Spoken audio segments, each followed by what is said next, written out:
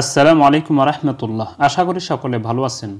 আজ আমি মানুষের দৈনন্দিন জীবনের সমস্যাগুলোর সমাধান নিয়ে কথা বলবো এবং একটি আমলের কথা বলবো যে আমলটি নিয়মিত করলে, এখনো বিশ্বাসের সাথে করলে ইনশাল্লাহ আপনার জীবনের সমস্যাগুলোর সমাধান হবে।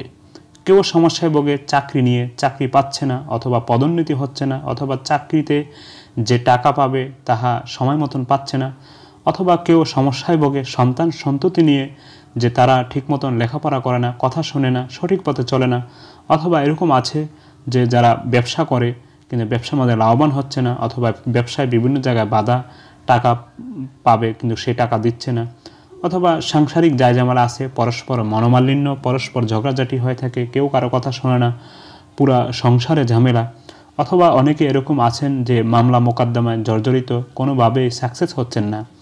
তো এই সকল সমস্যার সমাধানের জন্য অত্যন্ত গুরুত্বপূর্ণ একটি আমলের কথা বলবো, যে আমলটি করলে ইনশাল্লাহ আস্তে আস্তে আপনার এই সমস্যাগুলি কেটে যাবে। সুপ্রিয় দর্শক, নামাজ হলো মানুষের দৈনন্দিন একটি অত্যন্ত বড় ইবাদত, যা আল্লাহ রাব্বুল আলামিন প্রত্যেকটি নরনারী বালেগ মুসলমানের উপরে ফরজ করে দিয়েছেন।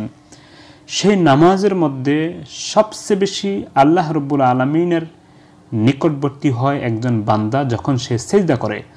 আর যখন নিকটবর্তী হয় তখন যদি আল্লাহ তাআলার দরে মনের কথাগুলি বলে তাহলে আল্লাহ তাআলা সমাধা করবেন। তবে মনের কথাগুলি বলার আগে একটি কাজ করতে হবে, সেটা হচ্ছে বেশি বেশি করে ইস্তেগফার করা।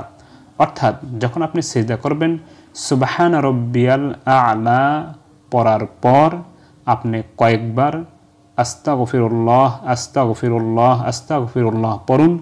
তারপর আপনি আপনার ভাষায় আপনার সমস্যাগুলোর কথা নামাজের সিজদার মধ্যে বলুন।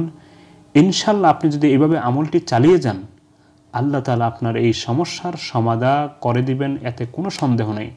তবে আমল চালিয়ে যেতে হবে এবং বন্ধ করা যাবে না, এর ফলাফল পাবেন, এতে কোনো সন্দেহ নেই। আমিন। আসসালামু আলাইকুম।